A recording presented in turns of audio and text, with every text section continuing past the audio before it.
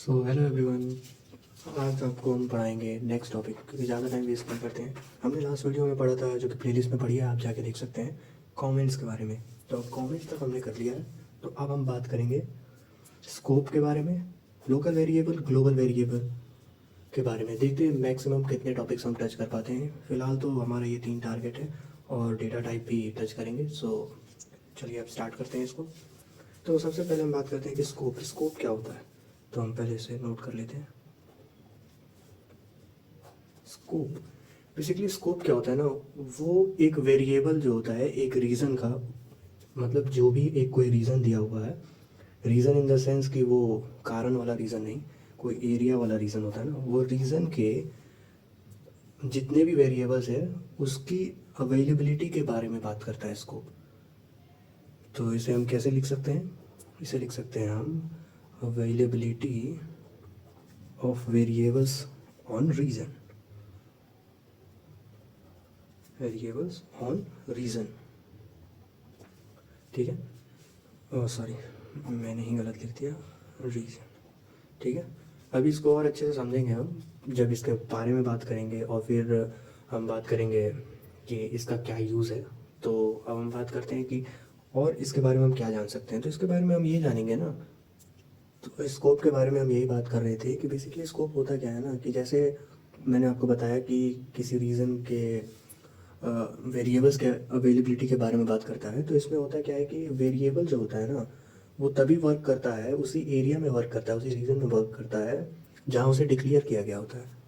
तो अब हम इसको एक बार प्रोग्राम में भी चेक करेंगे, हम आपको प्रोग्राम में चल के दिखाएंगे। तो इसके अभी 2 टाइप्स होते हैं, मतलब टाइप्स क्या बोलेंगे, बेसिकली आप टाइप ही बोल सकते हैं। इसके अभी 2 टाइप होते हैं। वो होता है एक लोकल वेरिएबल, जो कि हम लोकल स्कोप बोलते हैं, और दूसरा होता है ग्लोबल स्कोप,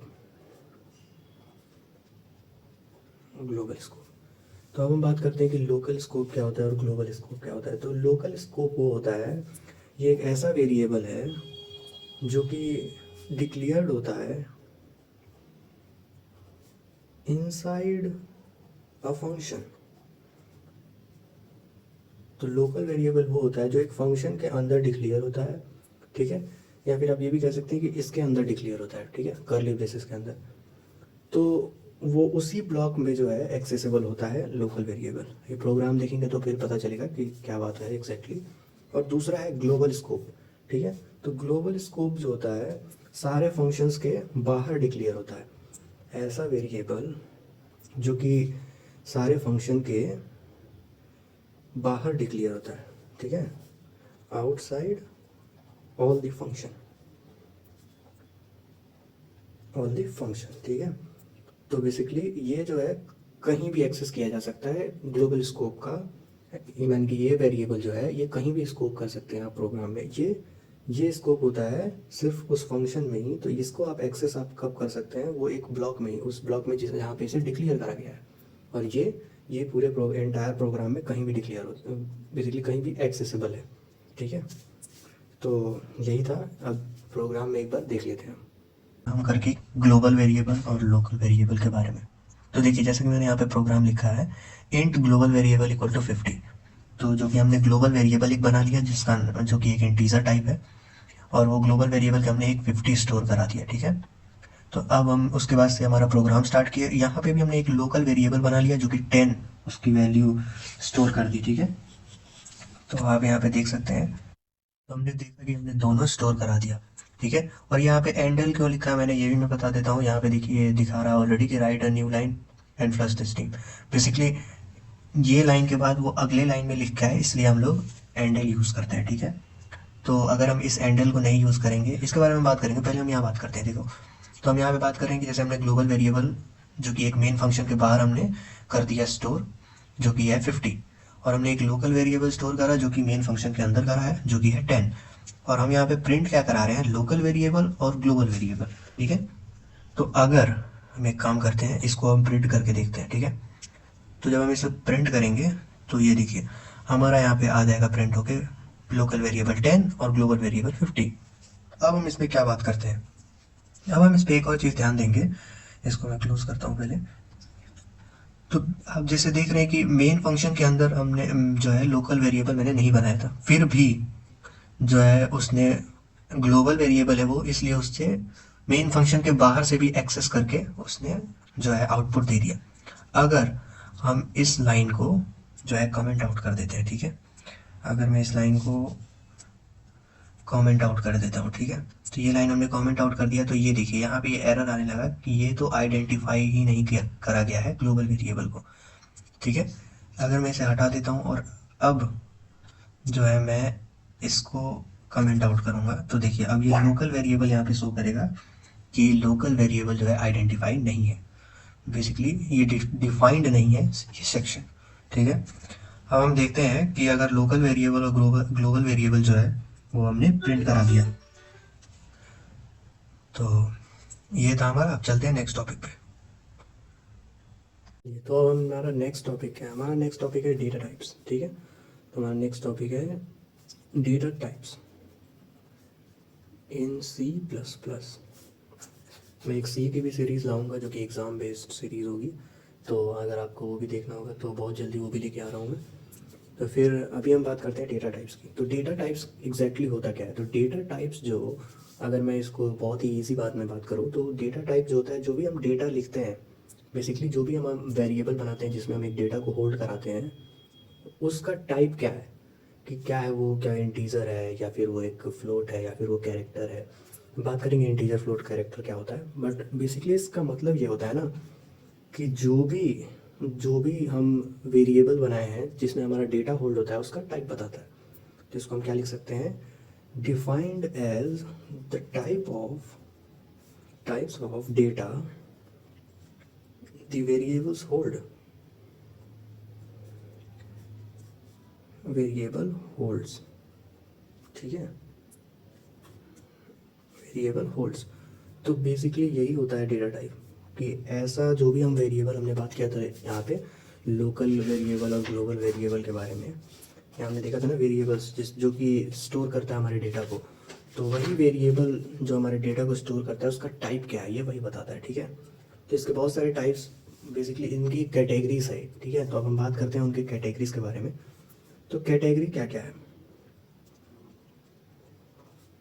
ठीक है। तो सबसे पहला आता है आपको बिल्ट इन, ठीक है, बिल्ट इन डेटा टाइप्स, ठीक है। दूसरा आता है हमारा यूज़र डिफाइंड डेटा टाइप्स, ठीक है। तीसरा आता है हमारा डेराइव्ड डेटा टाइप्स, ठीक है। तो तीन होते हैं बेसिकली, तो दो ही मानते हैं लोग, but for a better knowledge आप तीन मान लीजिए, ठीक है।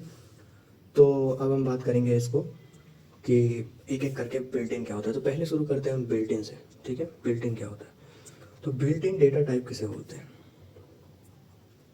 तो बिल्ट इन डेटा टाइप्स ऐसे डेटा टाइप होते हैं जो ऑटोमेटिकली जो है सी लैंग्वेज में, C++ में जो है ऑलरेडी फीडेड होते हैं, ऑलरेडी उनका पहले से डिक्लेयर्ड वैल्यू होता है, ठीक है। तो उसे कहते हैं बिल्ट इन डेटा टाइप्स, ठीक है। तो हम बात करेंगे कि बिल्ट इन डेटा टाइप्स के और के अंदर मतलब क्या क्या आता है, ठीक है। तो हम बात कर लेते हैं बिल्ट इन डेटा टाइप्स के अंदर कि क्या क्या आता है। तो पहला जो है हमारा, तो आप एक और नाम से जाना जाता है, ये उसे कहते हैं primitive data type, primitive data type, ठीक है। तो बिल्ट इन और प्रीमिटिव। अब बिल्ट इन में क्या कहता है, अब ये जो है बेसिकली लैंग्वेज प्रोवाइडेड होता है, क्योंकि लैंग्वेज प्रोवाइडेड, तो लैंग्वेज में जो है ऑलरेडी ये रहता है, ठीक है। तो लैंग्वेज प्रोवाइडेड डेटा टाइप में अब हम बात करते हैं कि कौन कौन से डेटा टाइप्स होते हैं। तो पहला है हमारा इंटीजर, ठीक है, जिसे हम इंट बोलते हैं। तो इंट क्या होता है, जो भी हमारा न्यूमरिक वैल्यू है वो सारे इंटीजर डेटा टाइप में आते हैं, जैसे 0 1 2 3 एक्सेट्रा, ठीक है। ये जो भी हमारा है न्यूमरिक वैल्यू वो सारे इसमें आते हैं, ठीक है। अब हम बात करते हैं दूसरा क्या होता है। दूसरा होता है कैरेक्टर, ठीक है। तो कैरेक्टर नाम से ही पता चल रहा है कि इसमें जितने भी आपके जो कैरेक्टर वैल्यूज़ होंगे, जो कि जैसे ABCD, ABCD, वो चाहे अपर केस में हो चाहे लोअर केस में हो, वो सारे वर्ड्स आ गए, पैराग्राफ, सेंटेंसेस, ये सारे कैरेक्टर्स में आते हैं, ठीक है। उसके बाद करते हैं हम फ्लोट आता है, ठीक है, फ्लोट। तो फ्लोट क्या होता है? तो फ्लोट भी एक न्यूमरिक वैल्यू ही रिप्रेजेंट करता है, बट फ्लोट के न्यूमरिक वैल्यू में डिफरेंस ये है, ये डेसिमल नंबर को स्टोर करता है, वो भी 6 और 7, बेसिकली 6 और 7 डिजिट तक वो स्टोर कर सकता है, ठीक है। प्रिसीजन उसकी होती है, जैसे 2.752644, तो 2 5 5 6 7, तो मैक्सिमम जो है 7 डिजिट तक पॉइंट के बाद ये स्टोर कर सकता है नंबर। तो बेसिकली जितने भी, यहाँ पे आप डेसिमल नहीं स्टोर कर सकते हैं इंटीजर में, बट फ्लोट में आप डेसिमल स्टोर करते हैं। फ्लोट लॉन्गेस्ट डेसिमल वैल्यूज़ के लिए बेसिकली अप टू 7 डिजिट्स काम करता है, ठीक है। अब हम बात करते हैं नेक्स्ट क्या है, तो नेक्स्ट है हमारा डबल। तो हमारा डबल क्या करता है, डबल भी जो है डेसिमल नंबर स्टोर करता है, बट इसकी प्रिसीजन याद रखिएगा, इसकी प्रिसीजन होती है 6 to 7 डिजिट की, ठीक है, 6 to 7 डिजिट की। बट हमारा जो लॉन्ग होता है ये भी पॉइंट वाली वैल्यू स्टोर करता है, अप टू इसकी प्रिसीजन होती है 15 to 16 डिजिट तक, ठीक है। इसकी प्रिसीजन और बड़ी होती है, ठीक है, 16 to 17 बेसिकली डिजिट जो है 15 to 16, 17 नहीं, तो इतना वैल्यूज़ जो है ये स्टोर करता है, ठीक है। उसके बाद होता है एक बूल, बेसिकली बूलियन डेटा टाइप। तो ये क्या स्टोर करता है, ये स्टोर करता है सिर्फ 2 वैल्यूज़, ट्रू और फॉल्स, ठीक है। ये बस 2 वैल्यूज स्टोर करता है। उसके बाद हम बात करते हैं और क्या हो सकता है, तो और होता है एक वॉइड। ऐसे इतना डीप में नहीं जाना चाहिए, बट फिर भी एक ये लास्ट देख लेते हैं, वॉइड। तो वॉइड क्या होता है, वॉइड का बेसिकली वैल्यू होता है नो वैल्यूज़। बेसिकली वॉइड अगर यूज़ कर रहे हैं तो उसका कोई वैल्यू जो है फंक्शन में यूज़ नहीं होता है, ठीक है। अभी हम इसको प्रोग्राम करेंगे तो फिर पता चलेगा। तो चलिए हम प्रोग्राम करके देख लेते हैं डेटा टाइप्स की। तो यहाँ पे मैंने ऑलरेडी हम सारे डेटा टाइप्स के बारे में लिख दिए हैं, ठीक है। तो अब मैं एक एक करके सब समझा देता हूँ। तो सबसे पहले मैं इन सारों को कमेंट आउट कर देता हूँ, ठीक है। फिर हम, तो मैंने यहाँ पे कमेंट आउट कर दिया। यहाँ पे आप देख रहे होंगे कि आप इतने सारे, मैं कर्सर, मैंने पहले भी वीडियो में बताया आपको कि आप कर्सर कैसे ला सकते हैं, ठीक है। तो बेसिकली आप कंट्रोल अल्ट और पेज अप डाउन बटन से आप ला सकते हैं VS कोड में, ठीक है। तो फिलहाल मैं इसे कमेंट आउट कर देता हूँ। तो सबसे पहले मैं सिर्फ एक कमेंट आउट नहीं करूँगा।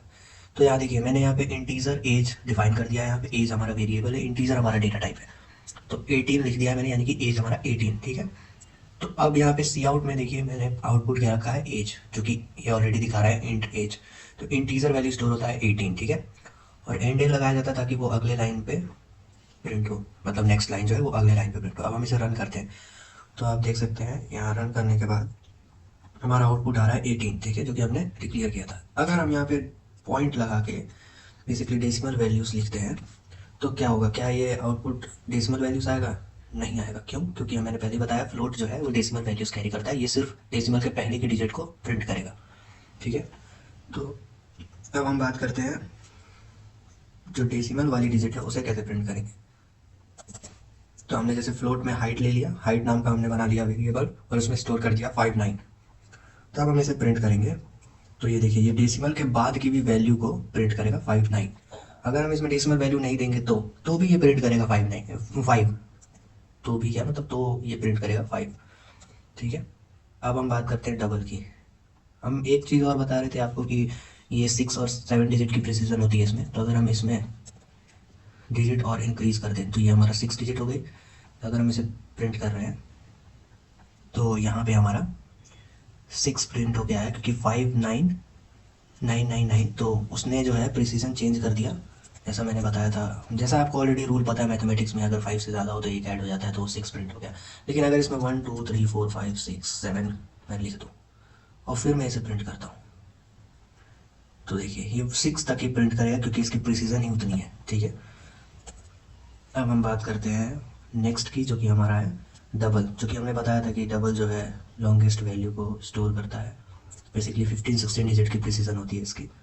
पहले मैं इसे डिलीट कर लेता हूँ, उसके बाद हम जैसे इसको रन करेंगे तो ये देखिए डबल की जो वैल्यू है वो हमने जैसे 65.1234 रखा है, तो उसने प्रिंट कर दिया, ठीक है।